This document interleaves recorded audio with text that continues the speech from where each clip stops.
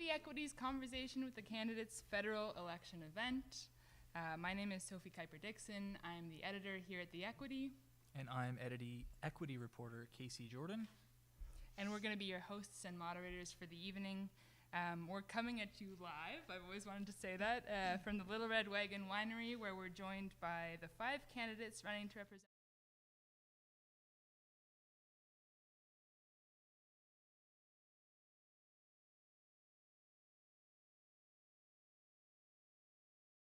votes.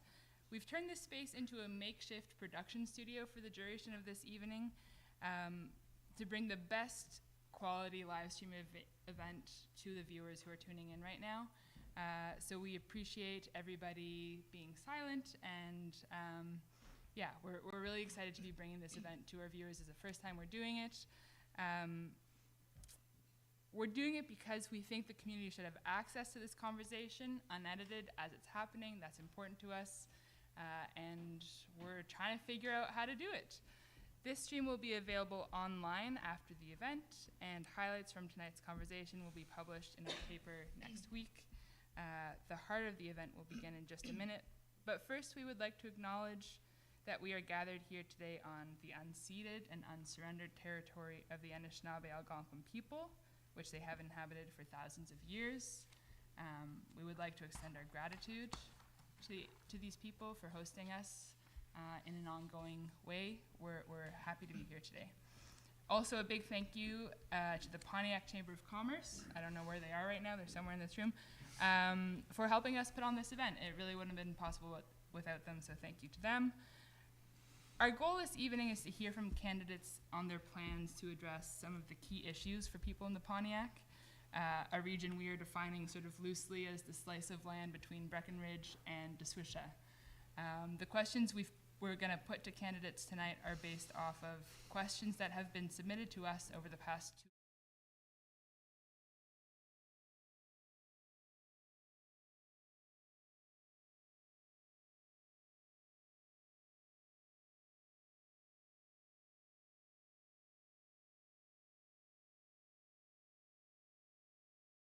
Appreciate it. And just before we get started, I am just going to lay down a couple of ground rules for the debate, or for the conversation, excuse me. There will be 2 types of questions. Most of our questions will be directed individually to candidates. Each candidate will have 1 minute to respond.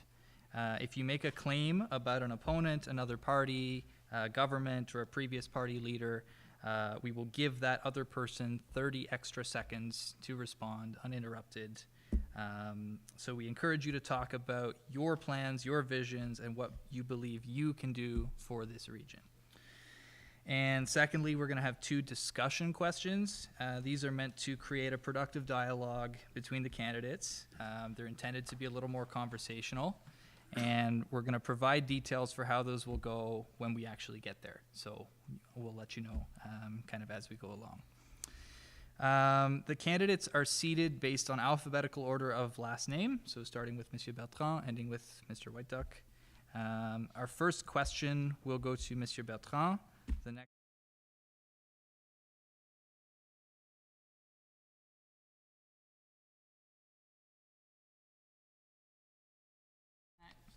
Every candidate will answer every question. That's just setting out the order in which candidates will answer questions.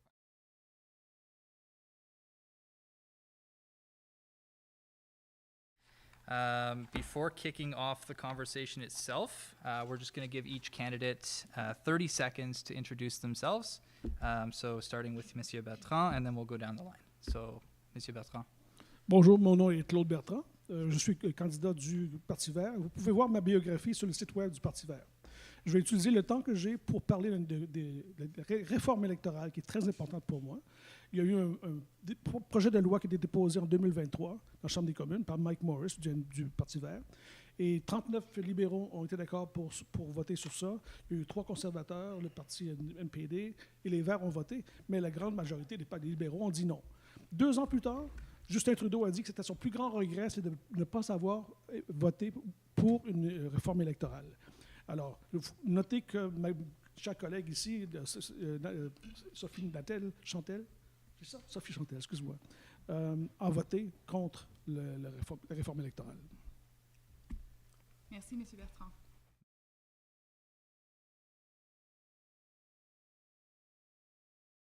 Pontiac-Kitigan, Zibi. We are at an historic moment. President Trump is threatening our economy, our way of life, and, quite frankly, our sovereignty. We cannot control Trump, but we can control what we do here in Canada. Nous sommes maîtres chez nous, master in our own home, and we control our economic destiny. Thank you, Madame Chatel. We're going to move on. Mr. Hoffman. Can do, so I won't waste my 30 seconds on that. But after 4 years, I'm not sure that we know who Sophie is. I was surprised, Sophie, that Mark Carney wasn't here tonight. Last week you referenced Mark Carney 19 times. When I drive through Chelsea and La Plateau, I see almost as many signs as Mark Carney as I see of you. I don't know who we're electing. Are we electing Mark Carney to be our MP, or are we electing you? So tonight I want everyone to ask themselves, who is Sophie Chatel? Thank you, And Mr. do I have Hoffman. 30 seconds? At once.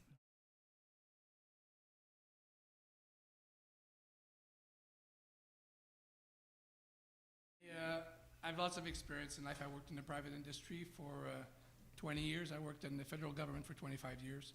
I was also a Miners Hockey Association of Décolline president for 8 years, so I was involved a lot in the community. And I'm here to represent the people of Pontiac. I'm not, if elected, I'm not going to be a person that you're going to see only once in 4 years. You're going to see me all the time. I plan to have meetings every year with all the municipalities, not only the mayor, but also the citizen, to have like a little resume of what's happening and how I did and what's wrong with what I've done or what I did well. Thank you. Mr. White Duck.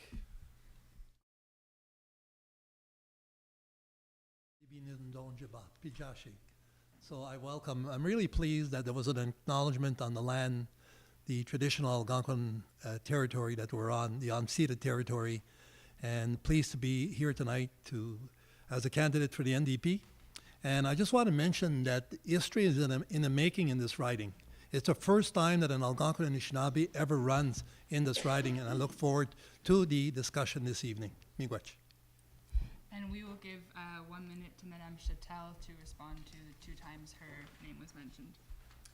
The one thing that my colleague is asking is, Mark Carney is so important because this election is about choosing a leader in who we can trust, a leader with the experience, with the vision and the plan to build Canada strong. And I'm very proud to stand by Mark Carney in this election. Thank you, Madame Chatel. We will be moving on to our first policy question. As a reminder, each candidate has 1 minute to respond to this question, this time starting with Madame Chatel. This question is top of mind for many as we brace for the impacts of the trade war from the United States.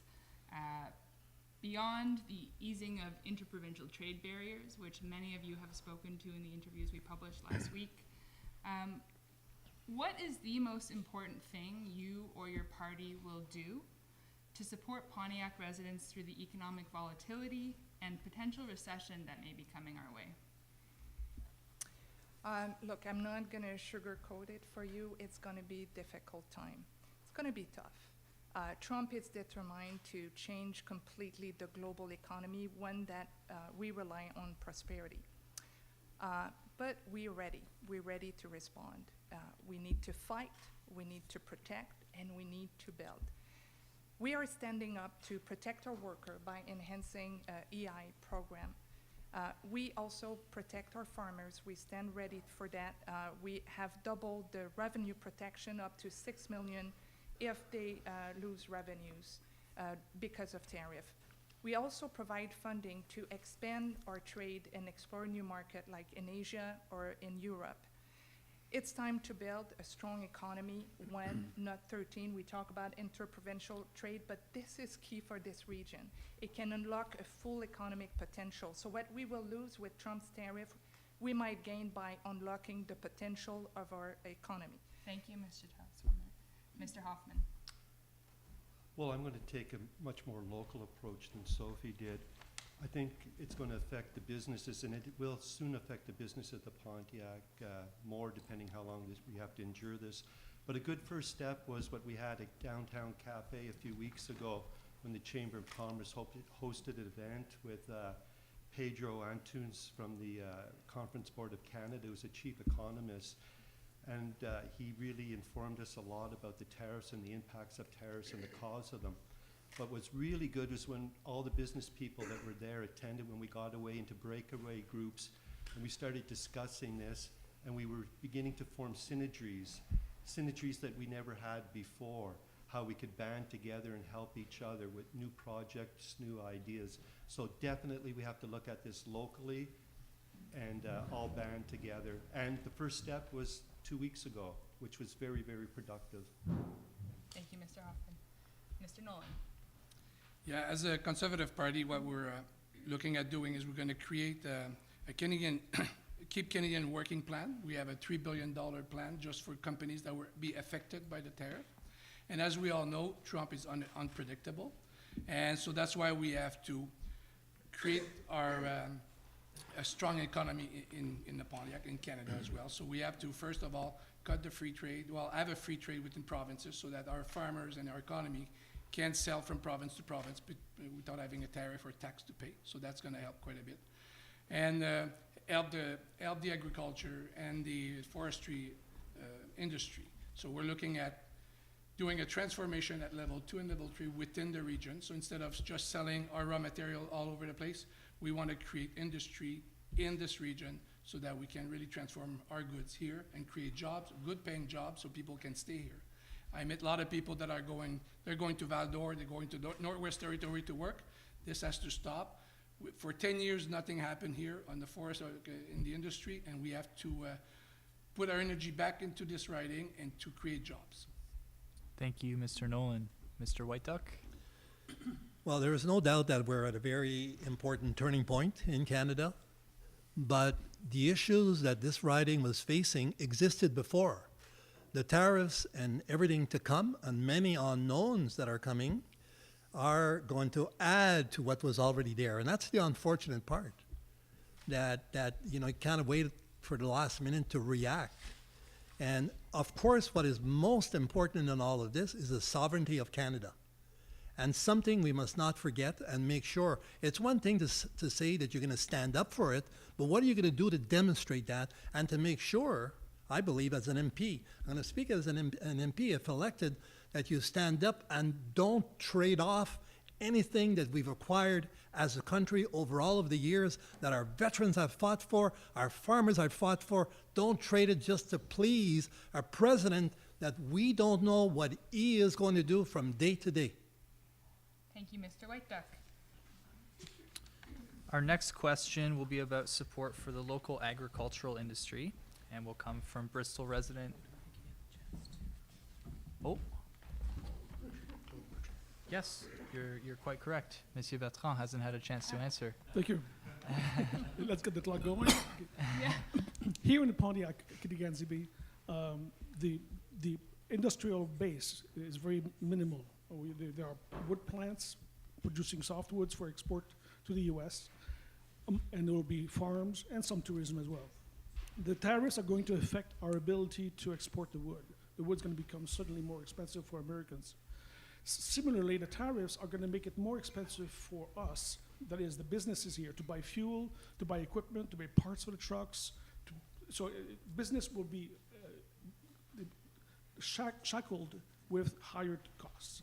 And it will be important for the government to move quickly and provide subsidies where they see businesses failing prematurely or just failing altogether.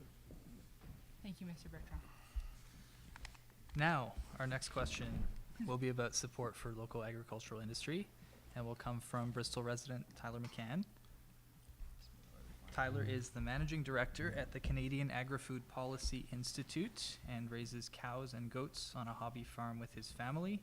This question will go to Mr. Hoffman first. Mr. Hoffman and others, thank you for the opportunity to ask the question from the equity. Farmers, food processors, and others in agriculture increasingly say that governments do not understand the realities of agriculture and make it harder to be a farmer in Canada. While politicians often offer simple solutions like saying they will support supply management or axe the carbon tax, the challenges and opportunities of agriculture go far beyond that. What will you do that goes beyond those slogans to offer real support for the farmers and food processors in Pontiac-Kitigan, Zibi? Well, for sure, for sure. As an example, in 1971, we had 140,000 dairy producers in Canada. Today, we only have about 30,000.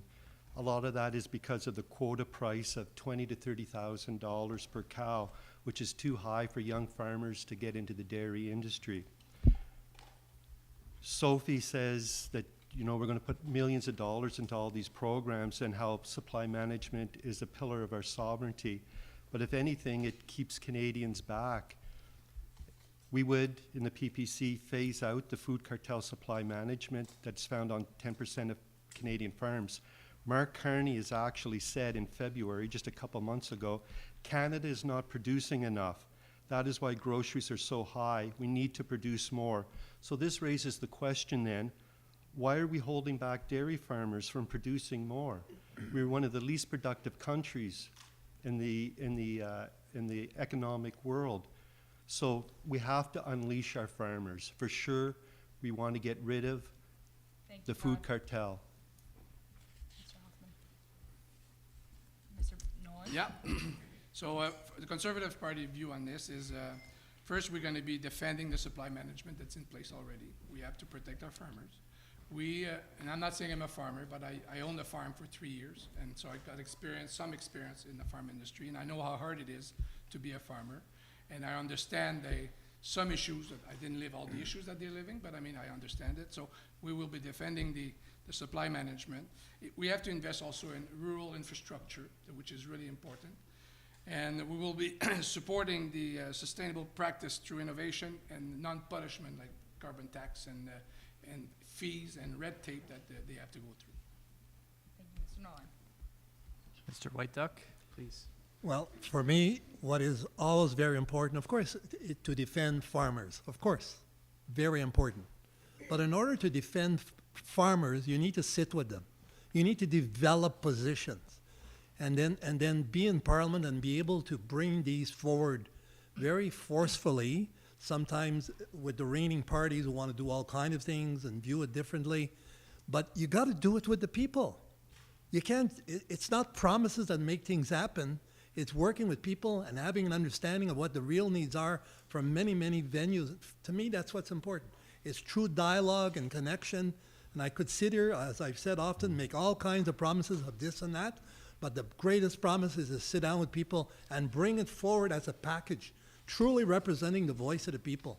I would never pretend that I fully understand everything about farmers, but what I do understand, how important connecting to people so that they're feeding you, and that's your role to bring that to Parliament. Thank you. Monsieur Bertrand? There was no comparison in the size of businesses in the US and Canada. A small Canadian farm would have 40 to 200 cows. In the US, they have 40,000, some businesses, some farm businesses, 40,000 cows. It's incredible, the scale. No doubt we have to protect the supply management. It'll become an issue in these negotiations with Trump. And Canada will probably have to pay dearly for it. That is, it's going to slow down the negotiations, but we have to protect supply management through the negotiations. Another issue that was raised about infrastructure, rightly so. I think we were all very hasty in removing the rail that was running here all the way to Fort Coulanges to get, same way along the 105, the 105. There was a rail going past Maniwaki. Those rails would have been a great start to a good infrastructure to carry stuff cheaper than trucking would do. Thank you, Mr. Bertrand. Madame Chatel?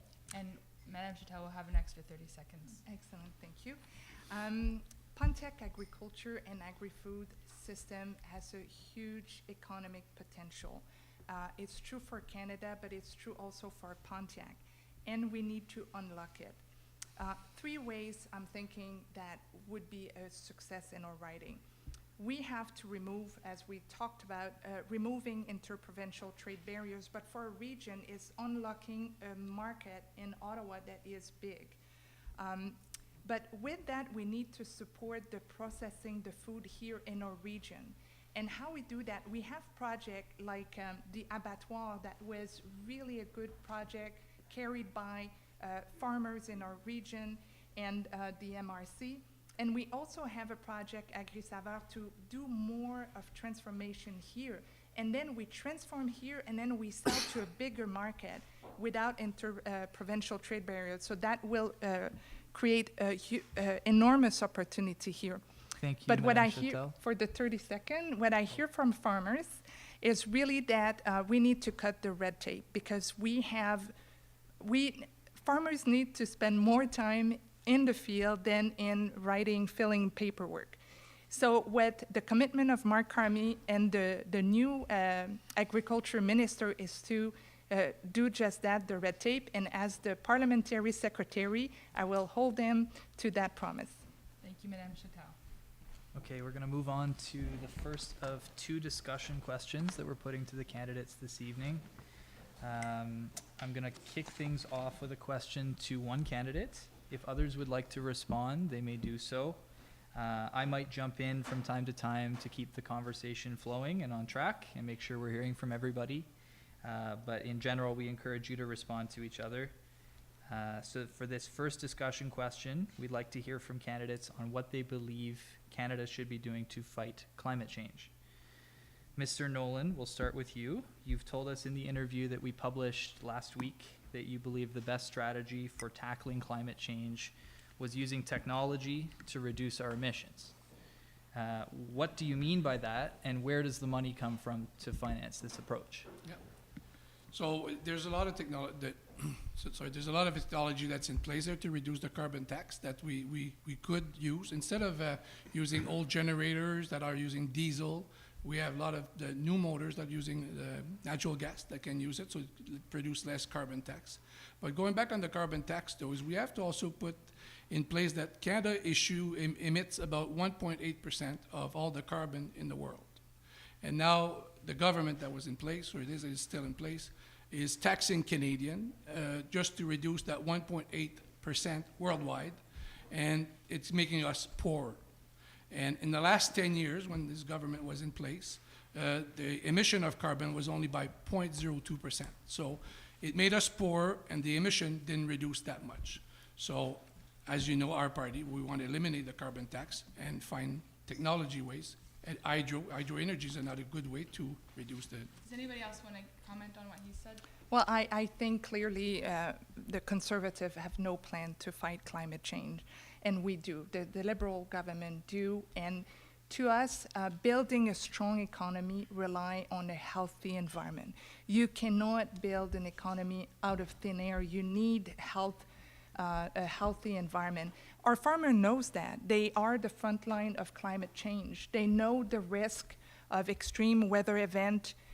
Their crops suffer from that. Their yield are reducing, and their stress is really high when they're fighting. They are at the forefront of this fight. So we need to act. We need to protect our environment, and we need to reduce our green gas emission. We cannot just do, oh, well, Canada won't do it. We'll let other countries do that. This is not responsible. Everybody is in this fight, and everybody should reduce their green gas emission. Jump in on our own, or? Yeah, Go ahead. Go Yeah. for it. Okay. Yep.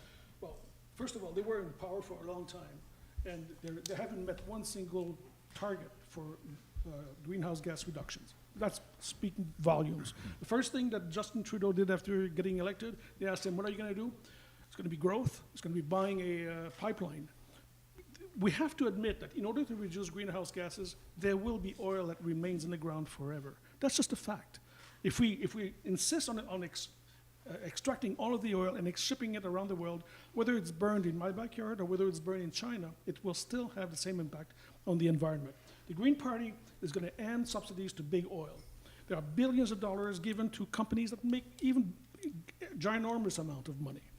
We're going to end exploration of fossil fuel. That's not where the future is. The future is doing what Denmark has done, what China actually is beating us to, building solar cells, research on solar cells, building alternative modes of power. Iceland is using geothermal. We are standing still, just pumping oil out of the ground until the day when we can't do it anymore. And we won't do it till there will be oil left in the ground, no doubt. We want to Thank build you. a Canada-wide electrical grid. Okay. Thank you. Anybody else want to weigh in on this? Mr. Hoffman, I'll jump in on what I was saying.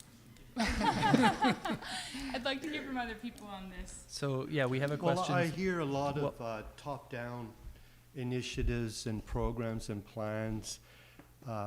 Definitely in the PPC, we don't want no more government interventions. Certainly, we don't want to take direction from the World Economic Forum. We don't want to take direction from the United Nations. We believe that we can handle this ourselves. We're sending $450 million from now to 2027 to numerous countries on numerous programs. What's the oversight on that? How is this money being spent? Can in I these- just ask, how exactly do you believe we can handle this ourselves? Like, what does that mean here in Canada? What does that mean? Let's talk about it in the Pontiac during this election on a small-scale basis. It's up to the individual to make an impact. Every individual that can make a small impact, it's like one drop in the ocean. You have to lead by example. I think at this table, at this election, out of the 5 of us, I have been the candidate that's led by example the most. These candidates are using plastic like there's no end to it. They're only putting their sign one side plastic. I'm using signs that are two-sided. I'm not using plastic zip ties. I'm using metal recyclable ties. You have to lead by example. Okay. Their I'd like leaders to are have not bring leading by Mr. Nolan example. into the conversation here. And then Mr. White Duck. Yeah, Well, tell us about all the plastic you're using, Brian. Yeah, I'm using plastic. Of course, the tie wrap is plastic, but I mean, we're going to be recycling them. I think we're missing the case here. We're missing the point. Plastic, I The agree. point is individual action. No, We're see, all responsible citizens in the world. carbon We're tax- taking too much the direction carbon from tax the was going to put an globalists. incentive in people's own pocket to change their choices, to change from a gas car to electrical car. Carbon tax was going to do this. But we have to change the way large industry operates. I don't believe myself very much into carbon capture, but we have to do something to reduce the carbon. I can, Yeah, we should be planting 2 million trees like the Liberals promised, and they can't even keep that Yeah, promise. I think that when Todd talked leading by example, I wanted to highlight 2 big things that we've done. We have introduced a bill to protect the Gatineau Park, which is big. We also work with Kitigan Zibi and lead the project Kiji Maninan, which means together in a canoe, because that's what we are, together in this challenge, to make the Outaouais the first region in Canada to be the first to have a roadmap to protect our nature. And it's also economic importance because the Gatineau Park attracts 2 million visitors. It has economic impact. Thank you. Protecting our outdoor nature here has a huge impact Thank and you, a Madame potential Chappelle. for growth. it's Thank unfortunate you. that we Thank still you. I'd have like to housing bring development Mr. White Duck in south. on this. He hasn't spoken. Please. Am I allowed? Yes. Okay, thank you. Thank you. I thought I was being excluded again. Being on my ancestral territory, I feel a little bit insulted, to be honest. And indeed, if we're going to speak about climate change, which is not new, it's not the new flavor of the day. It's been coming at us for a long time. And we need to ask, and I agree with Todd, that, each one of us have a responsibility in all of this, and sometimes we need to be told, what are you doing? And then, but that responsibility, I believe, there needs to be some support mechanism. And I believe that large industry in Canada needs to be paying a hell of a lot more for what they're doing. And that kind of money should be reinvested in green technology, supporting farmers, whatever that may be. That to me is important. Indigenous people have been saying it for a long time. What are we doing to the sacred waters? What are we doing? I What are agree we with that. allowing for it to be done? And whatnot. We don't have all the answers. We have a lot of them. Our elders have always brought to that, and we need to bring that to the table. And in a riding like Pontiac, it's putting those things, those mechanisms, and again, go back to the people, work with the people, invest in the people and what they're going to do. The only growth that we can allow We're to, out of time on this question. Thank you, Mr. Bertrand. And thank you, everybody, for that first round of discussion question. We're still figuring out how to moderate it, but we appreciate you all throwing your hat in the ring and if you have something to say in the next one, just throw it in and we'll intervene if we want to hear from somebody else. Our next question is about healthcare. We know this is largely a provincial issue, but when we asked Pontiac residents what they would be voting on in this federal election, an overwhelming amount of them said healthcare. And this isn't that surprising. The Outaouais Region's healthcare network is chronically underfunded by the province by an amount of $350 million a year. We've been suffering from severe staffing shortages because we're losing our nurses and other trained medical staff across the river. So joining us tonight is Josie Bouchard, counselor in Campbell's Bay, and one of the spokesperson for local healthcare advocacy group Pontiac Voice, to ask a question on this subject.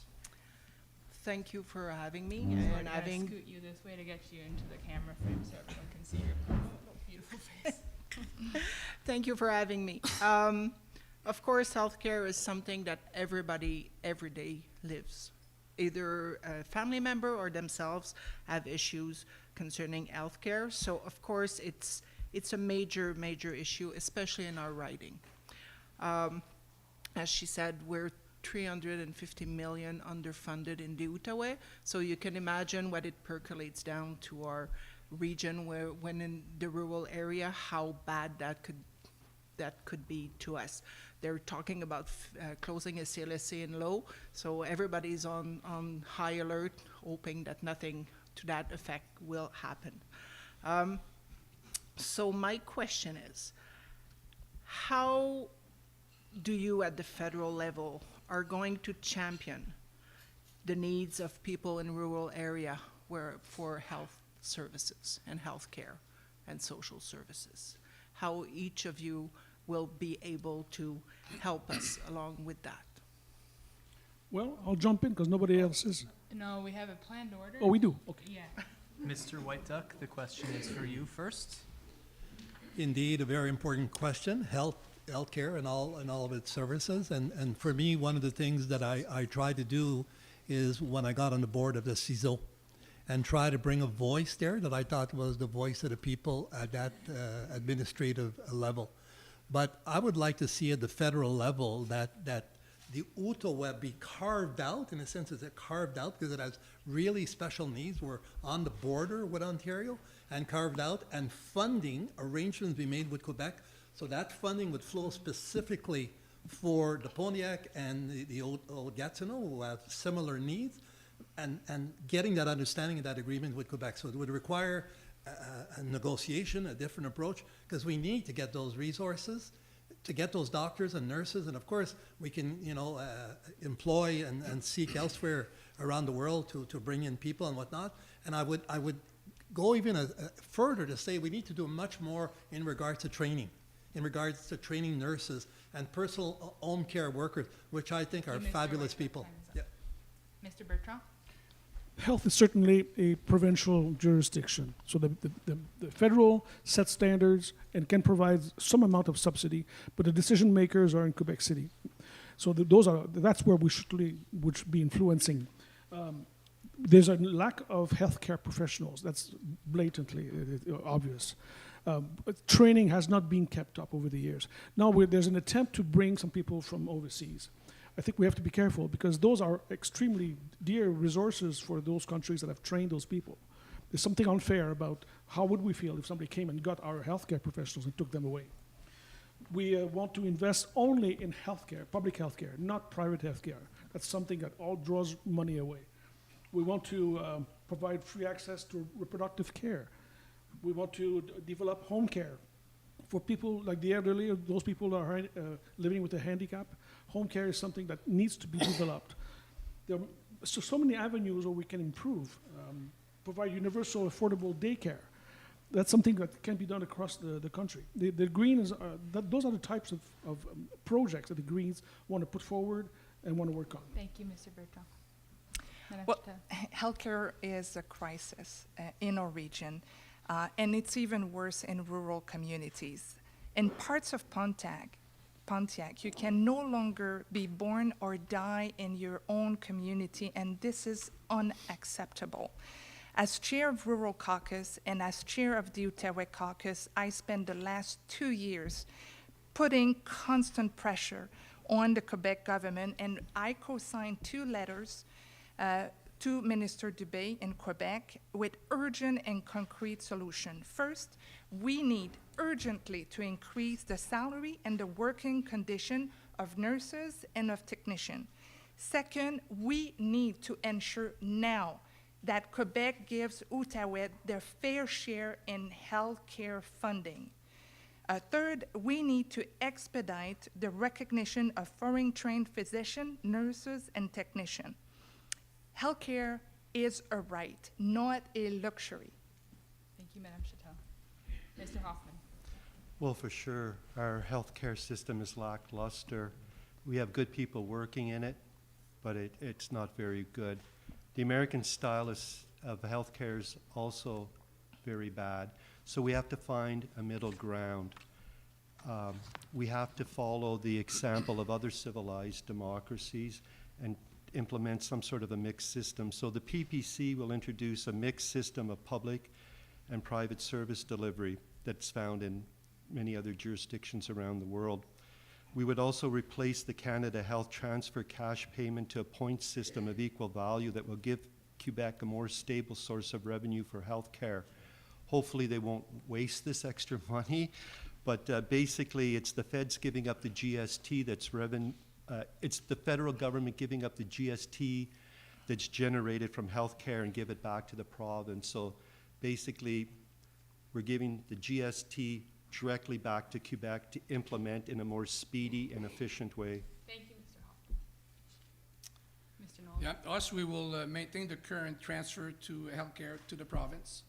And having lived through all the CLSC and the great service that they're giving to people, and I had a doctor in Ontario, I lost it, now I have to find one in Quebec, which we don't have one. I know the issues that we're having in the region, and being close to Ottawa, Ontario, it's hard, because now we're looking at Pontiac, but I mean, Rapid des Joachim, same problem too, they go to the hospital in Ontario because there's nothing. CLSC, the person's only there 1 day a week or 1 day a month. You know, it's not acceptable that we have our CLSC closing down or about to close down because they offer a great service. Caregivers in the health system is doing a great job as well. Having dealt with caregivers for my mother-in-law, she was in the hospital for 5 years. I know exactly how special those peoples are. And I know it's a provincial jurisdiction, but I'll be doing my best to talk to the province, work with them to make sure that the service stays here. Quebec government only worries about Quebec City and Montreal. They forget us. It seems like the Outaouais is always forgotten on a lot of topics, and this is unacceptable as well. So we have to talk to them and make sure that they understand that we do exist. We do pay tax like all the other residents of Quebec, and we need a service that we deserve. All right. That is the first half of our conversation. We're going to take a brief 15-minute intermission. Folks can get snacks, go to the washroom. We just ask that you're back in your seats in 10 minutes, and we'll pick things back up. Thank you.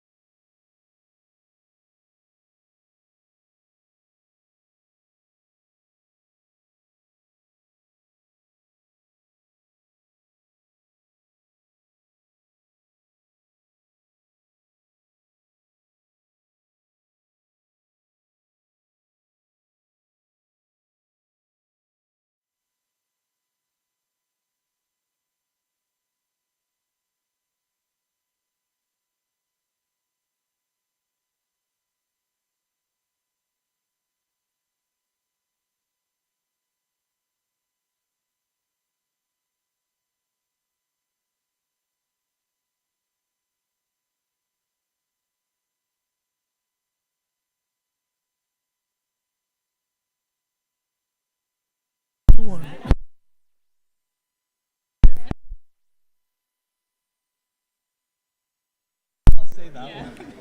1, 2, 3, 4, 5. 1, 2, 3. Welcome back. I'm Is just it better gonna than it say- was before?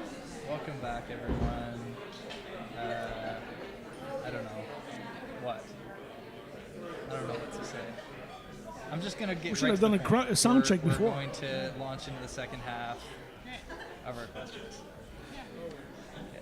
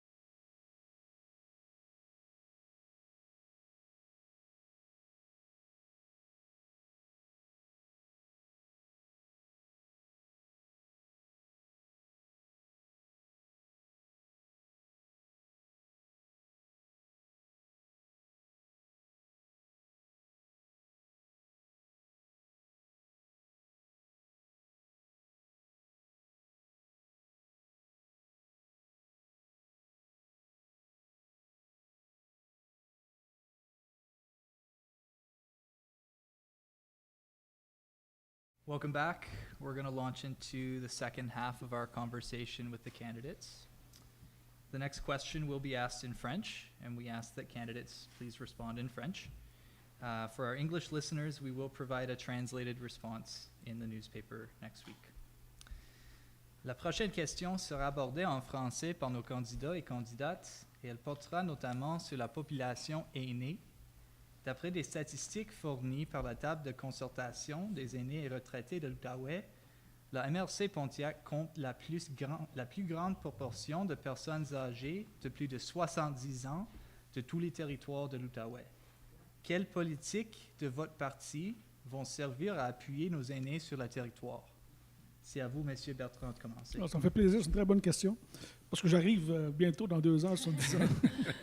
Alors, il faut encore une fois reconnaître que c'est une juridiction provinciale, mais on peut vraiment s'impliquer avec des politiques. Par exemple, le Parti vert supporte le salaire, on appelle le living wage, un salaire minimum pour tous ceux qui en ont besoin, incluant les seniors. C'est une première affaire. Le Parti vert aussi supporte le soin à la maison pour les seniors qui en ont besoin. Ça veut donc dire qu'effectivement, le docteur, les infirmières, le personnel nécessaire se présente à la maison des gens pour donner des soins. Ça pourrait être, par exemple, dans le cas d'Alzheimer, de démentia. On regarde aussi avec faveur, je traduis mes réponses, on regarde Communal Living Facility, donc des places où les gens peuvent vivre avec plusieurs différences d'âge ensemble. C'est très populaire dans certains endroits, en Danemark, entre autres. Il y a plusieurs choses à faire. On a des initiatives que le Parti vert met de l'avant pour aider les seniors. Est-ce Oui. qu'on peut, Oui. tu peux dire un, mais Time's up. on Pardon? va avancer à Mme Châtel. OK. Merci. Écoutez, les aînés ont travaillé fort toute leur vie et ils ont droit à une retraite dans la dignité et dans la sécurité.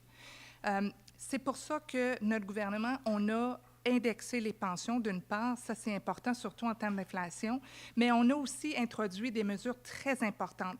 Le plan dentaire bénéficie à des milliers de citoyens de la circonscription. On a augmenté la sécurité de vieillesse pour les 65 ans et plus. On a remis l'âge de retraite à 65 ans et on a un programme qui s'appelle « Vieillir chez soi » parce qu'en ruralité, les gens veulent vieillir dans leur communauté.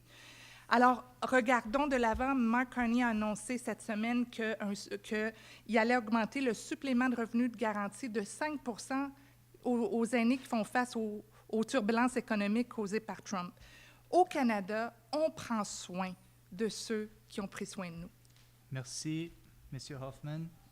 Okay. With apologies to all the French listeners, I'm only functionally French, so to give an adequate answer in French, it would take me 4 times as long and I wouldn't be able to hit the salient points. But a lot to this question talks about income disparity or wealth disparity. we in the PPC, we're the party of the people, for sure.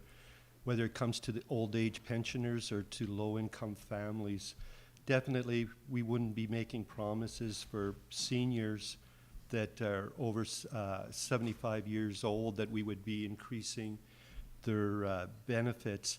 We believe that if anybody that's over 75 is affluent, they won't need that pension. That extra money can go to be targeted to the ones that really, really need it. Also, we believe in co-op initiatives. I think Claude sort of touched on that a little bit on housing. So basically, the PPC is all for empowering people. Thank you. Monsieur Nolan, en français, si Oui. tu peux. Nous, au Parti conservateur, le premier 34 000 $ que les personnes au-dessus de 65 ans ont va être sans impôt. Impôt fédéral. On ne sait pas ce que le Québec va faire, mais côté fédéral, il n'y aura pas d'impôt pour le premier 34 000 $ de gagné. On veut aussi repousser la date pour les retraits des rires à 73 ans, au lieu d'être 71. Alors, ça va être 73. Mais on sait aussi que les personnes âgées, où ce qu'ils demeurent, c'est très important. Puis, les personnes âgées, ils ont construit notre Canada, le Canada qu'on connaît, qu'on a bien aimé. Et puis, il faut qu'ils restent chez eux le plus longtemps qu'ils peuvent parce que c'est leur place où ils sont confortables. Je sais par expérience que le CLSC ou les CLSC offrent un service impeccable. Les docteurs viennent à votre maison, les infirmières viennent à votre maison pour vous porter des soins. Fait que plus longtemps que vous pouvez rester dans votre domicile où ce que vous êtes confortable, mieux ça va être pour vous. Alors, nous, on est là pour prôner, en fin de compte, que les personnes âgées restent le plus longtemps possible dans leur milieu parce que c'est là qu'ils sont confortables. Merci. Monsieur Whitetuck. Oui, quand on parle des personnes aînées, il faut toujours se souvenir qu'ils sont toujours là, puis ils contribuent toujours. C'est pas comme on a mis à l'écart. Il ne faut pas l'oublier que ces gens-là continuent de contribuer, puis de l'importance de s'en occuper. Pour moi, une chose que j'aborderai toujours, c'est l'augmentation de la pension de vieillesse, la sécurité de vieillesse, soit augmentée, parce que les coûts de la vie augmentent tellement rapide, et puis les gens, j'écoutais un monsieur à un moment donné qui me disait, mon loyer il vient d'augmenter de 6 %, et puis qu'est-ce que je vais faire? Il va falloir que je coupe dans la nourriture que j'achète par 45 $ par mois. Alors, on voit déjà cette peine-là. Alors, c'est d'apporter ces besoins-là des personnes, oui, retraitées, mais qui continuent à contribuer. Merci beaucoup. On to our next question. I'm not forgetting anybody? Okay, good. We got a handful of questions submitted about candidates' positions on Quebec's French language laws that many feel threaten basic rights of the minority Anglophone community here in the Pontiac. Our next question was submitted by Alina Holmes. She's the director of the Regional Association of West Quebecers, and she asks, what is your party's stance on Quebec's controversial Bill 96, which was passed using the notwithstanding clause to override Canada's Charter of Rights and Freedoms? And what will you do to support the rights of the minority English-speaking communities in this riding? Madame Chatel, you have the first answer here. Yeah, I support the goal of Bill 96, but not the way it does protect French, because French is in decline and we need to protect it. Bilingualism, but also indigenous culture is part of our heritage and it's part of who we are as Canadian. Protecting the French language should never come at the cost or the expense of fundamental rights and freedom of our minority group. Nor should it. The use of the preemptive notwithstanding clause by François Legault and now by Pierre Poilievre is dangerous precedent. It's a slippery slope, and it can lead to abuse to all sort of human rights that we fought so hard to get into the Charter of Right and Freedom. We are the party that will always defend the Charter of Right and Freedom. So Thank you, I Madame support the Chatel. intervention in the Supreme Court to defend our Charter of Oh, Right. Time's up. Mr. Hoffman. Well, with confidence, I can say that I'm the only one up here who's been personally impacted by this. I've been given notice by the sheriff before, coming right from the OLF, for a perceived social media violation. I passionately resisted Bill 96 in a peaceful way, and my actions have been even recognized in the National Post article in 2024 with my creation of a beer called Resist 96. So I'm very passionate about this issue. Unlike the other parties who seem to give lip service that they empathize or even sympathize with the Anglo community, their actions and their party's leaders' actions sometimes say otherwise. Mr. Poilievre says that he will not challenge Quebec on Bill 96. The NDP leader seems to, in my opinion, support Bill 96. And in my opinion, in the opinion of others, Sophie's support for Bill C-13, which is an amendment to the Officials Language Act, gives Quebec the ability to use the notwithstanding Thank you, clause to Mr. further Hoffman. discriminate against citizens. Thank you. On to Mr. Nolan. Yeah. I'm here to protect the English-speaking people. As a Francophone, I was raised in Quebec City. When I came to this region, I couldn't speak English at all. And I know how hard it is when you go into a region or in an environment where you don't speak the other language, and it's not fair, it's not right. We have 2 official languages in Canada, and they're both has to be respected. And I totally disagree of ignoring the English values or rights on this. We live in Canada, there's 2 official languages, and we should do everything we can. Even if in Quebec they want to protect the French language, which I totally understand. But when you go to see a lawyer and you have your paperwork served in French and you don't understand anything, it is not right. I would think that an amendment to the document with an English version would be well accepted by the English community, and I'll do my best to represent you, and I'll be your voice, because I lived it the other way, and I know what you guys are going through, and it's unacceptable. Mr. Nolan, you do have 30 extra seconds to respond to Mr. Hoffman's mention of Pierre Poilievre, if you would like it. Yeah, I know Mr. Poilievre on Bill 96, he's got a stand on this, but I mean, as a member of his team there, I will be fighting for you, and I'll be there to defend all the Anglophone in our writing, because I know it's not right.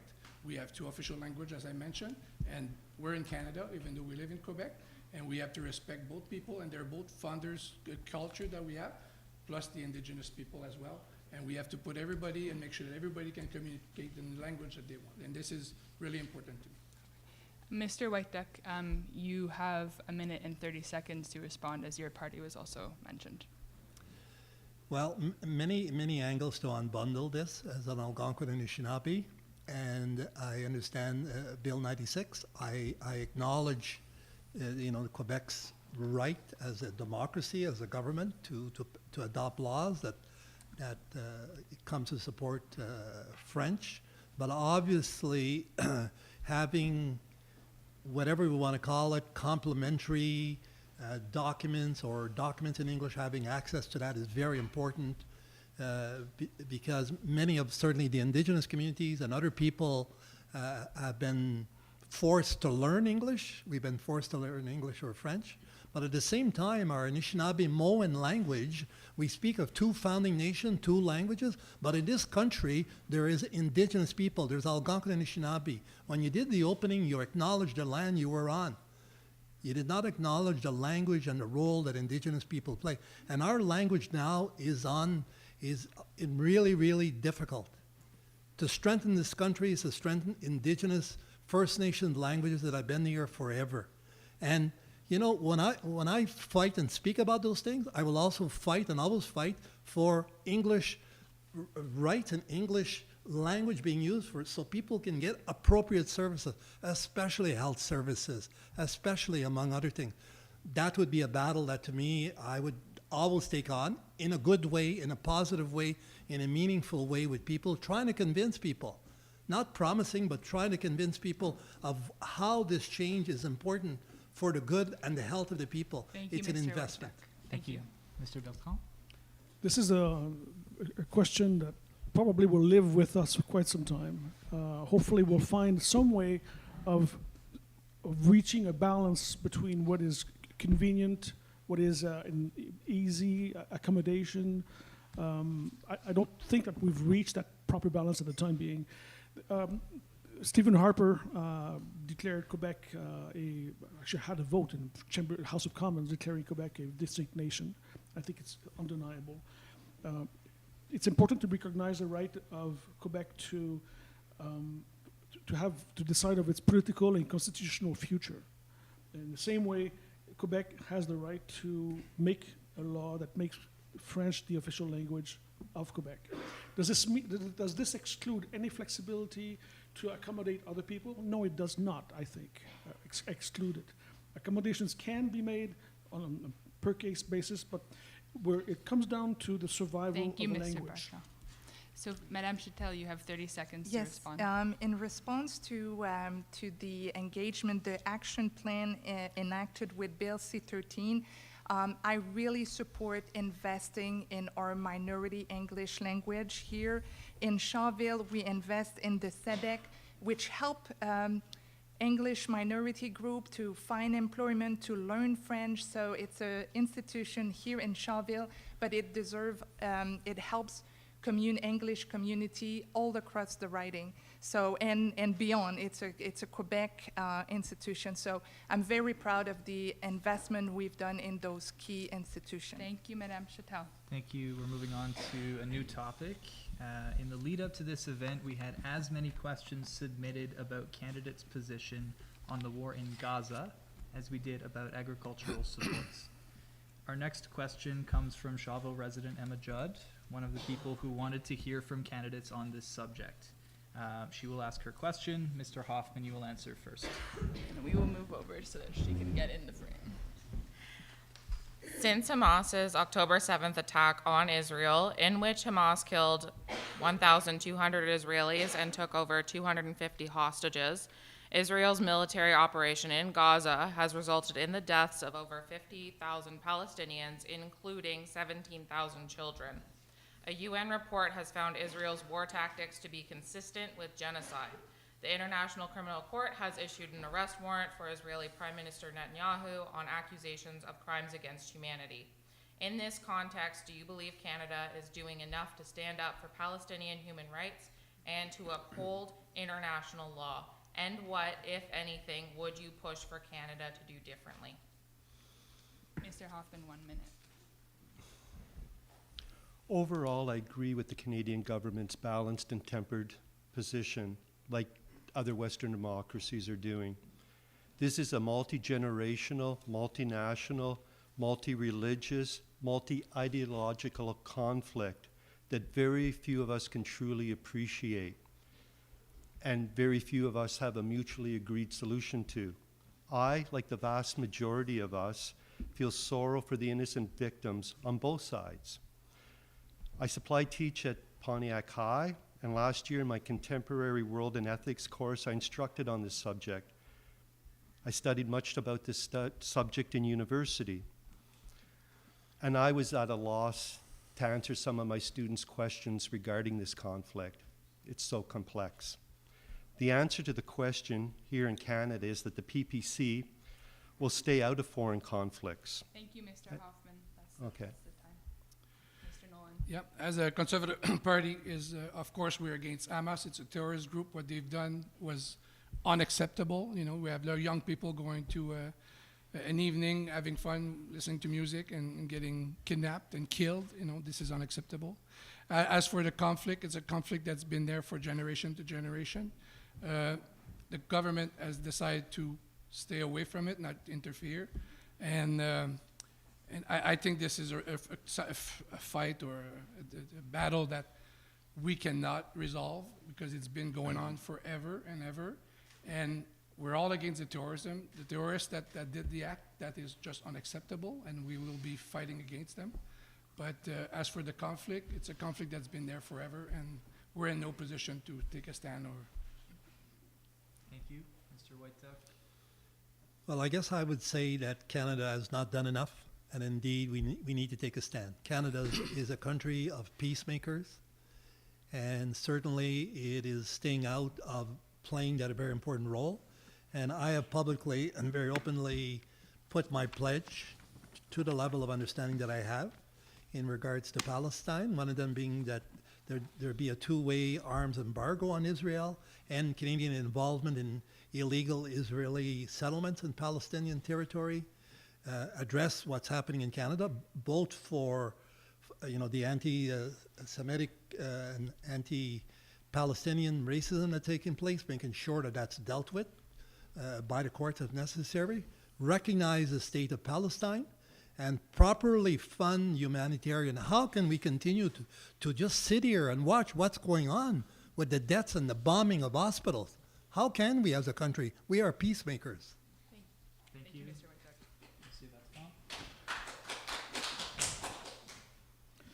While I listened to my colleagues talk, I put down a number of words, and I'm not even sure where I should start. A lot of it I agree with, a lot of it I don't. I had the pleasure of working in Israel when I was a young kid, out of university for 3 months, right on the border of Israel and Lebanon. It was a great experience. The Israeli people have accomplished a lot through the years for their own nation. However, there was a cost, and the cost the Palestinians have paid for it dearly over the years. Ever since the Balfour Declaration in 1917, I think it was, where they essentially moved the Palestinians aside to move Israel in, it was a decision of the British. Those are the people we should be blaming for this mess.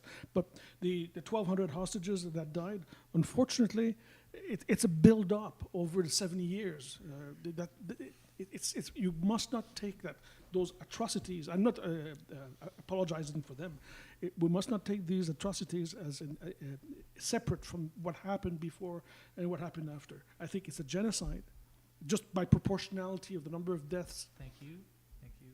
Thank you. Bit of an unfortunate point to interrupt you on. I use a G word. Madame Chatel. Human rights are at the core of who we are as Canadian, and even war have rule. Canada should and can be again a voice for peace, for justice, and for humanitarian law. These principles are exactly what unite us as Canadians. The October 7 attack and the following complete devastation of Gaza is heartbreaking. Over the last year or more, I worked intensively with the Muslim community of the Outaouais. I was a strong voice for that community. I'm a strong advocate for a ceasefire, for sustainable peace, but for rebuilding Gaza.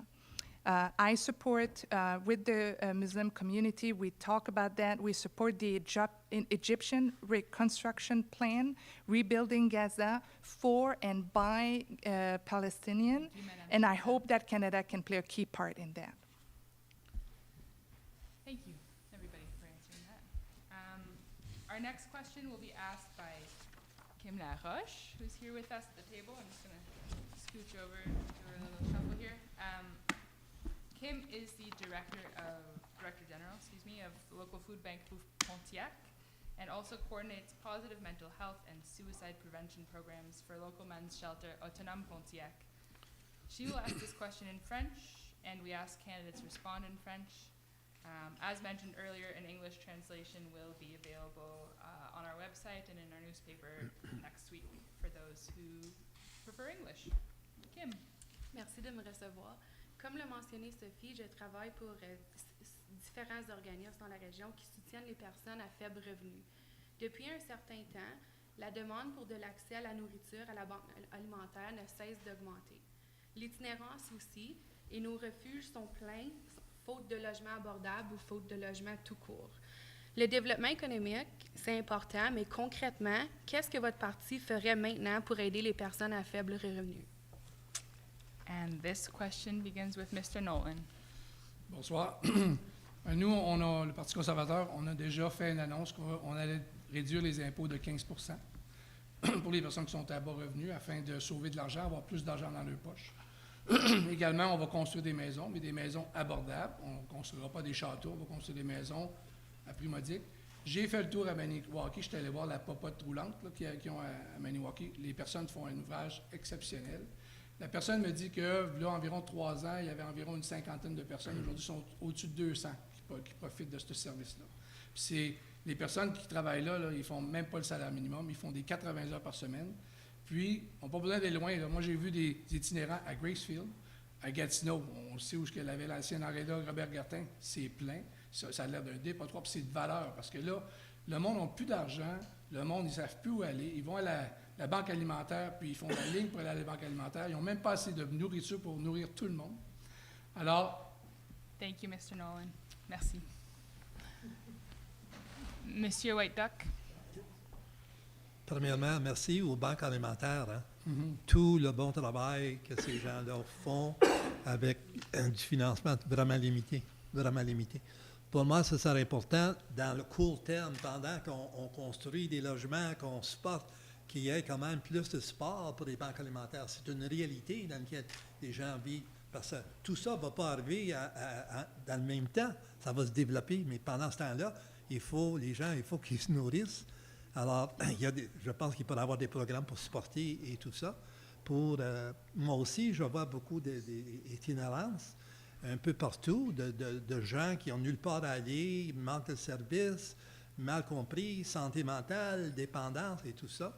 Alors, c'est de mettre en place rapidement c'est un peu une équipe où on approche, quand les feux de forêt, on appelle une équipe choc qui rentre, qui fait quelque chose pendant que l'autre développement se fait.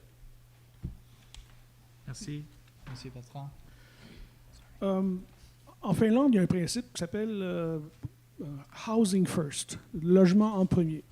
Ils ont réalisé que si on veut aider des gens qui ont un problème de dépendance, d'abus de dépendance, je devrais dire, ou tout autre problème émotionnel ou psychologique, il faut absolument les mettre dans un logement à long terme, un logement à eux, à long terme, à eux. Parce que c'est la seule façon de stabiliser l'individu, puis ensuite on peut l'aider. Alors, logement 1, ensuite les autres aident. Évidemment, le logement et manger vont ensemble. Les partis verts vont avoir ce qu'on appelle en anglais un living wage. Excusez-moi, je n'ai pas la traduction ici. C'est un salaire de soutenance, un salaire minimum, peut-être que c'est le meilleur terme, à tous ceux qui n'ont besoin. Alors, c'est point à la ligne, vous avez le droit à l'avoir. Il n'y a pas d'impôt en dessous de 40 000 les logements vont être abordables. Ça veut donc dire, dans les définitions, c'est le coût du logement par mois devrait être moins d'un tiers du revenu de la personne. Bertrand. Madame Châtel. Oui, merci à Kim parce que ceux qui ne connaissent pas, Bouffe Pontiac est un service essentiel et Kim fait un travail extraordinaire. J'avais le bonheur d'être là avec mon équipe à Noël, puis c'est extraordinaire le travail qu'ils font avec peu de ressources. Mais bien gérer notre économie pour qu'elle crée de bons emplois bien rémunérés et bâtir du logement abordable, c'est une des façons pour rendre la vie plus abordable pour les Canadiens puis les gens ici dans notre circonscription. Mais la vie n'est pas facile et il y a des actions très concrètes qu'on a faites. Donc, on a tout d'abord ceux qui vont perdre l'emploi à cause de la situation économique. On a ajusté l'assurance-emploi pour eux. Mais aussi, je voudrais parler de l'allocation pour enfants, parce que cette allocation-là a sorti 30 000 enfants de la pauvreté ici dans notre circonscription. Donc ça, c'est quelque chose qui aide les familles. On a aussi le programme dentaire pour les gens de la circonscription, des milliers en bénéficient qui n'avaient pas ça avant. Merci. Merci. Merci, Kim. Je peux-tu ajouter quelque chose? Whoa. Monsieur Hoffman doit répondre aussi. Pardon. S'il vous plaît, Monsieur Hoffman. Okay. Whoa, but my apologies again. But what I do have to say I feel is important. One of the ways that we can alleviate some of the problems with the food banks, I believe, is, as I referenced earlier, we're not producing enough food. If we could get rid of red tape, we could be producing more food. This would lower prices for low-income people. Why are we dumping milk down the drain, some farmers, when we could be selling that at a subsidized rate or donating it to food banks or giving it to single mothers right off the bat? I would say the food bank should be having more food and we can produce it and we can sell it to them for a subsidized price or even donate it to them for a subsidized price. There's too much red tape when it comes to food in Canada, which is holding a lot of low-income families back. Also, with regards to housing, we believe in power of the people. We believe in co-op initiatives. Thank you, Mr. Hoffman. Okay. and apologies again, getting ahead of myself here. We have arrived at our last policy-related question for the evening. Excuse me, can I just add something else on the Yeah. last topic there? It won't be long, just 2 minutes there. 2 minutes, not even 2 2 minutes. seconds? 2 seconds.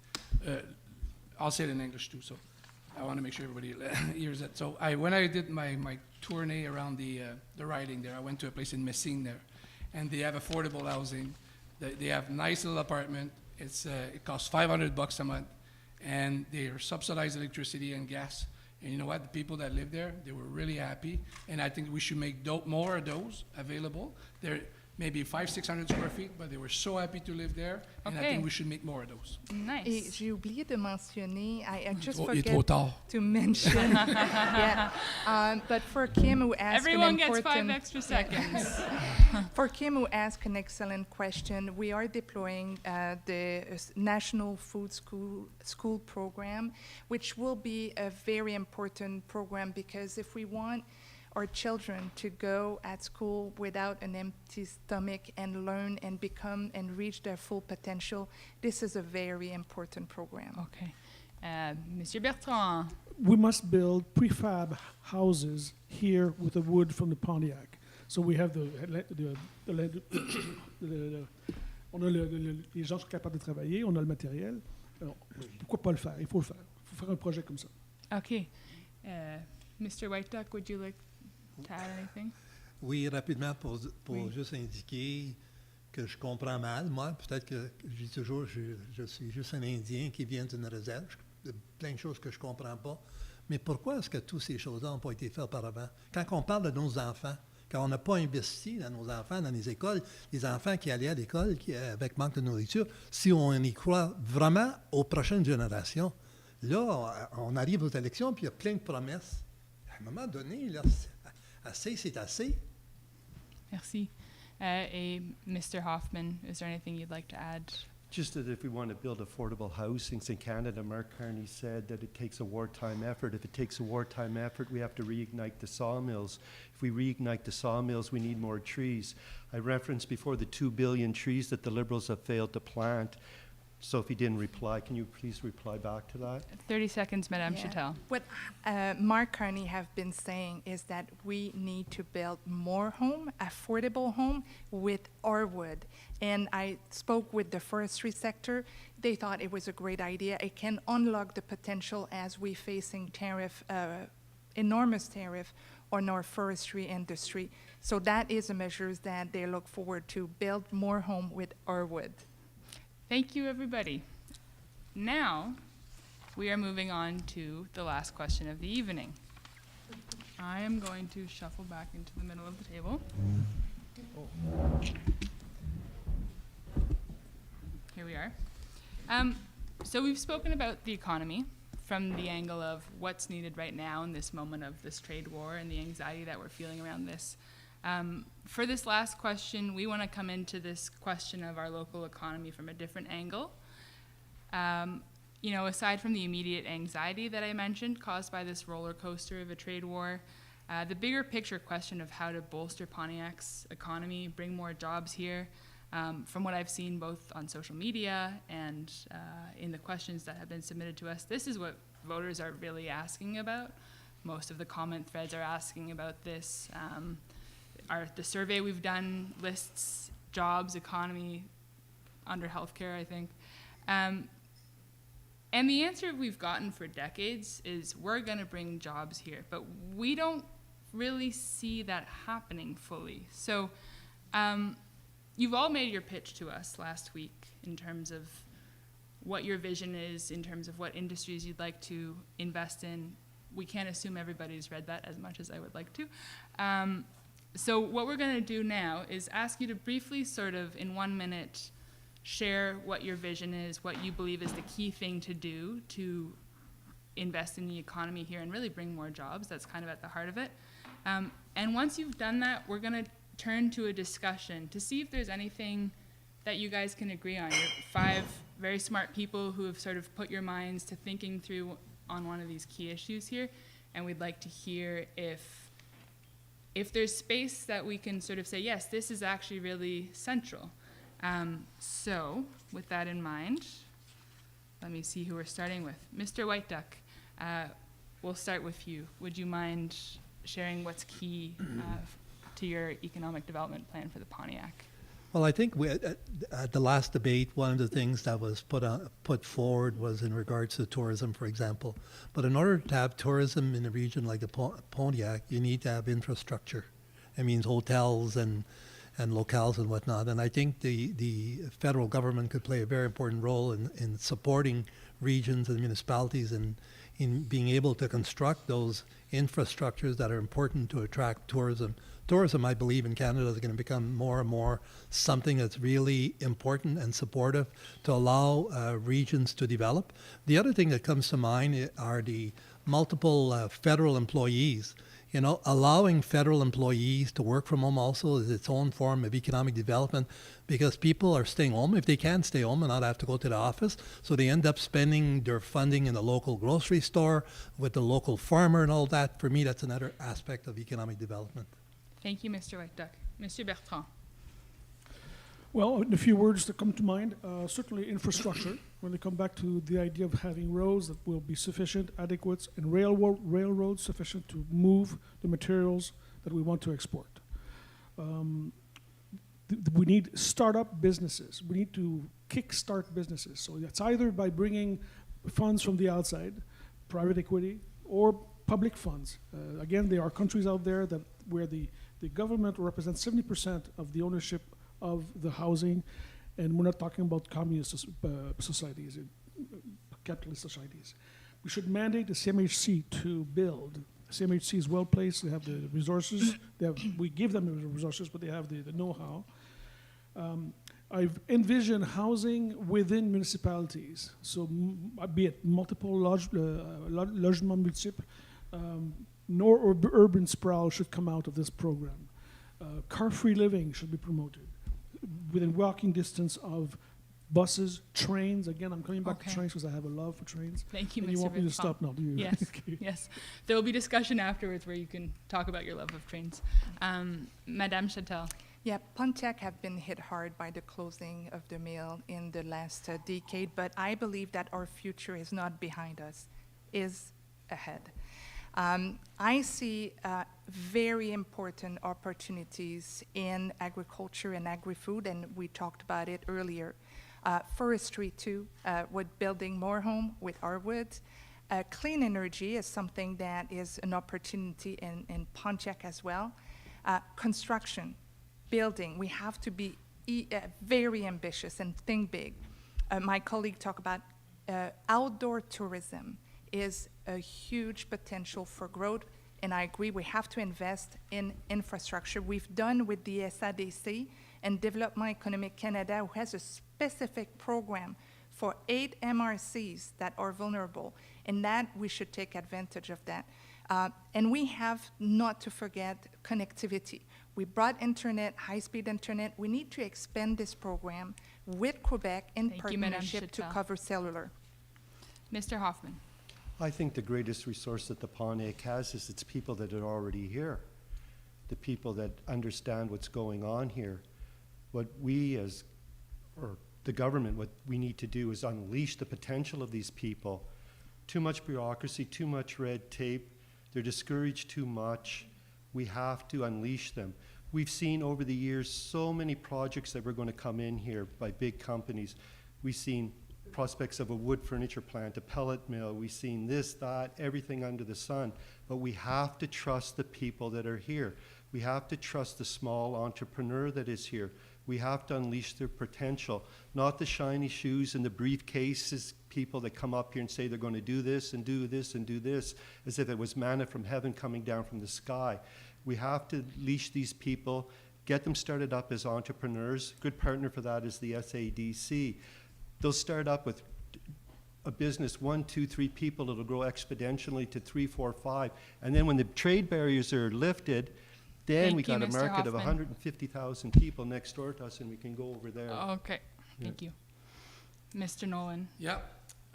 As much as I love tourism, I think tourism is really important, as the environment is really important, but I think that was not going to create enough business for this region. We need really to transform our natural resource here at the level 1, 2, and 3. We have to create jobs, as Madame Châtel was saying, that we need to build homes here, and those homes has to be built here. But what I would like to see is a young generation that would help us building those homes instead of going to see the big builders. I'd like to see young people being involved in starting up a company and building the homes that we need with our wood and our nails and all the natural resources that we have here. We are a rich riding, and we have to be able to take as much as we can out of it to be able to create a strong economy and create good jobs and a good future for the new generation that's coming. Thank you, Mr. Nolan. Mr. White Duck. Well, I think, again, in that. Sorry, we are now entering the discussion part of this conversation. So thank you all for sharing your 1-minute pitches for economic development here. I heard a lot of overlap, and I don't know if that's something you folks would agree on, but I'm curious to hear, I mean, anyone can jump in here. Based on what you've just heard, where does that leave you in terms of what you think? Is there something that aligns with what you believe in? I'm hoping that you guys can come to some agreements here. Actually, I do agree with what Brian just mentioned, that our young people can build more home here. And we have announced the apprenticeship program where we will help training on the job, building more home and using this opportunity that we build. And I think that both parties have as a mission to build more home. And with our wood, I like to say that. Our wood, but, our people. Yeah, and our people. And that's the point, and that's important. Here in Pontiac, we have a lot of potential, and we have a lot of people interested in those jobs in construction, learning how to be an electrician, a plumber. We also have a program for trade, the people that want to go in trade. We will pay $4,000 for their training school, so to learn the new métier. Yeah. So that's really important as well. But the other thing too in this region, and I've traveled a lot in this region, and one thing that we have to do is we have to widen our highways. If we're going to create industry here, new industry, and bring new products here, we cannot keep the 148 the way it is. It has to be a little wider at some places there, so that our goods can go out to a new region, to a new place. So I'm hearing you both talk about training tradespeople. And for us, it's 15,000. Okay. To be able to build Are you homes. making this up here now? No. Let's talk about funds also. Let's talk about what, sorry? Funds, where the money Fund, comes I would from. love to talk about funds. Where is the money coming from? Well, when we said that we don't want to give money to the big oil anymore, billions of dollars we give every year for companies that don't need that money. Money that we bought, with which we bought pipeline. Well, that's money that we don't have to spend like this anymore. So that money, we can bring it here and build attractive, functional, eco-responsible, energy self-sufficient homes. And they don't have to be unifamily homes. They can be multiple housing facilities. And I'm going to just picture one in my mind. Habitat 67 was designed by Moshe Savdi during the expo. It's so beautiful, but it is an apartment building. But it is so beautiful. Of course, that one is made of concrete, which we'd like to avoid because of the environment. But we could easily design something made out of the Pontiac wood. Maybe that's the name we'll give it now. Pontiac wood. Why not? And now the 148 is not wide enough, but I think that rail is the way to go. We could put rail back where it belongs, and then we can also have shuttle trains carrying people, as opposed to all piling up into a car in the winter. Why not? Mr. Hoffman, Mr. White Duck, would either of you like to weigh in on this? Oh, thank you, Gilbert. Well, Sophie's referenced housing. Sure, it's fine to build houses, but if you build these houses, people need to work here. The Pontiac is becoming more and more and more a bedroom MRC. A lot of people that live in the Pontiac commute. They commute to Ottawa, they commute to Pembroke, they commute to Renfrew, they commute to Chalk River. So yeah, we can build houses, but it's fine to build houses, but if there's no jobs here for them, what's the use of building houses? It's actually putting more of an impact on the environment by driving all over God's country, and this is God's country. But getting back to roads, ask yourself this question. There are 6 main arteries into the national capital, 3 in Ontario and 3 in Quebec. The worst artery is the 148. We have the 416 coming from the south. We have the 417 on the east and west of Ottawa, the 50 on the west of Gatineau, and we have the 550 coming in from up by Gilbert's Way. Why is it that the 148 going into the nation's capital is in this state of affairs? There is a plan that the NCC has that they'll work in conjunction with the provincial government to widen it to 4 lanes, just like they did from Gatineau up to Okay. Wakefield. So I'm hearing roads is what you're saying here, widening roads. I would just like to bring Mr. White Yes, of Duck in on course. this. Well, I think everything that's being said, whether it be roads, tourism, housing, those are all pieces of that puzzle. Employment are all pieces that are going to help. But we need to keep in mind that it's going to take time. And when we speak of houses and using, I've been hearing the word our wood. I'm not sure what you mean, our wood. Wood and everything in nature is a collectively owned. We have a collective responsibility to use it, but also to take care of it. If we're not taking care of that, in 10, 15 years, we won't have, it'll be a field. So we need to find balance between the environment and doing these kind of projects. Very important for the future generations. Okay. Well, if we had the 2 billion trees, we wouldn't be worrying about that, Gilbert. True. We were talking about infrastructure, and one thing we should not leave out, and it was very important in this region, to build more housing, we have to support municipalities in order to build more municipal infrastructure. We talk about road, we also need to talk about water infrastructure, because that's very critical. We have a program, the Housing Accelerator Fund, which is essential to help municipality to modernize but also grow their infrastructure to host more home. And one interesting statistic is, for the first time, the last survey showed by Statistics Canada that we have grown in population.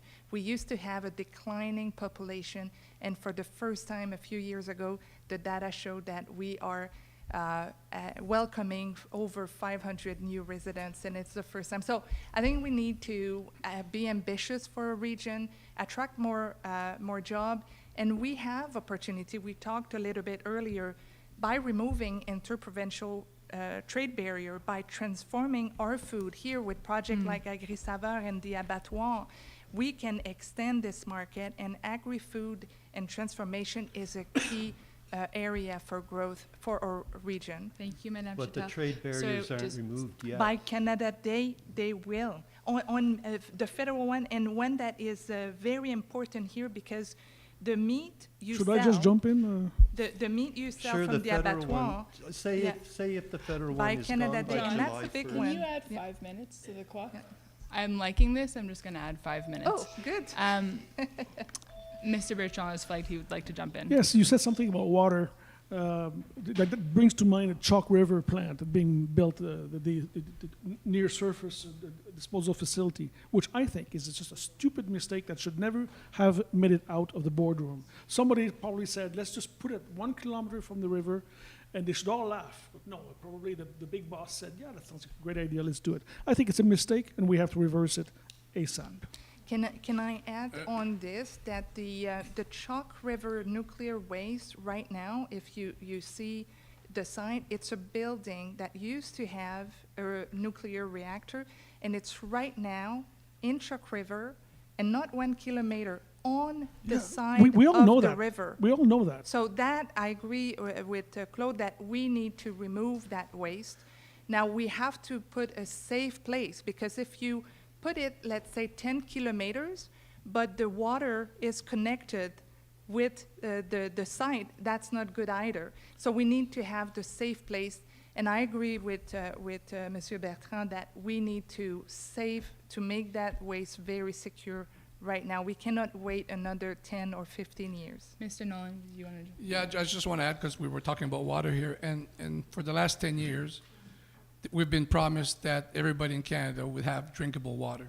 And we still have lots of areas in Canada where the water is not drinkable. People still have to boil their water to drink it, and this is unacceptable. Okay. And when we were talking about municipality infrastructure there, but that is a priority. Water is important for our body, and it's our life, and we have to take care of this, and we have to make sure it's available everywhere.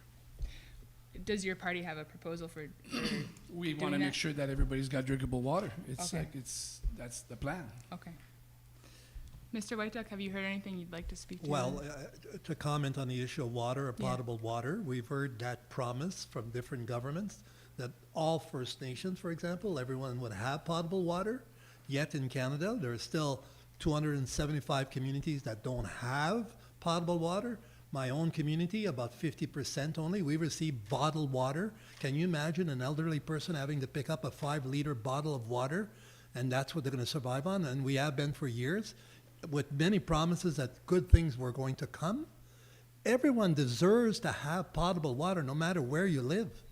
Whether it's a rural area, urban, clean water for our children, for our families, and all of that. That's critical, but it's not happening. The promises come, but the action doesn't follow. Yeah. On infrastructure for our economy, I heard a lot of people in the writing that are concerned about the cell phone coverage. We had a very successful agreement with Quebec. We did it for the high-speed internet. We can do it for cellular. And if it doesn't work with the traditional tower, which I think it can, with a good partnership with Quebec, we have welcomed a Telesat company in Gatineau, 300 new jobs in high-tech engineering to build here in Canada our own satellite and launch our own satellite. So we are maître chez nous, and we can be self-reliable. And there's a technology there when our satellite can actually help with the cell phone coverage. So these are finds that I would really look closely at in how we can bring cellular coverage, not only here in Pontiac, but across rural Canada. Mr. Hoffman, is there anything you'd like to respond to what you've heard? Well, I think Gilbert will agree with me. Some of us don't feel like we're masters in our own house. It's a collective effort.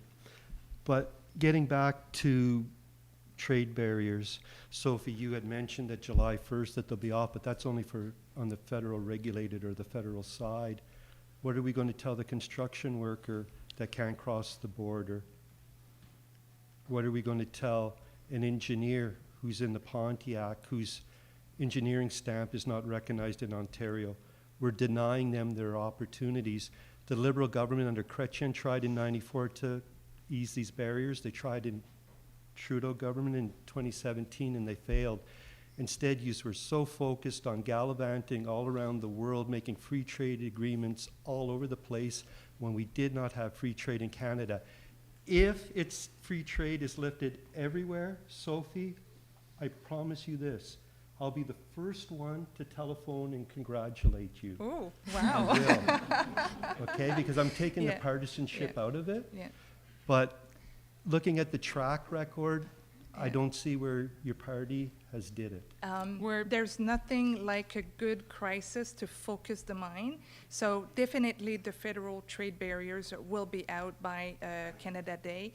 But I'm told, and I cannot speak for provinces, that a lot and significant part of the provincial, interprovincial trade barriers, including those in Quebec, they will reach an agreement very soon. And so I'm really Sophie, hopeful. it's premature to say that you get the job. Okay, yes. We're not there yet. There's 2 more weeks. There's 2 more weeks to go. It's not about the job. It's about being the advocacy and the voice of our community. And it's not with the election that it ends. No matter what the outcome, we are all leaders in our community, and we all have a voice, and we Okay. have to use it. We have Thank to move you. on. Yeah, We have to move on. thank you for doing that with us. We appreciate it. Time goes fast, and I wish we could keep it going. But Each of you is going to have another chance to speak here. We're just going to do closing remarks. We're going to give each candidate 1 minute for last remarks. Monsieur Bertrand, could you please start us off if there's anything you'd like I'm to going to end on the same theme that I started with.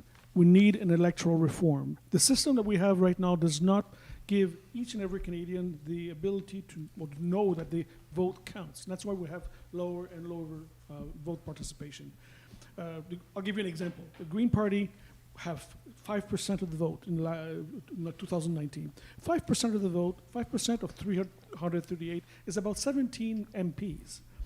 So if we had a proportional representation, we would have 17 MPs in the House of Commons, much more of a say, much more of an influence over environmental matters, over social matters.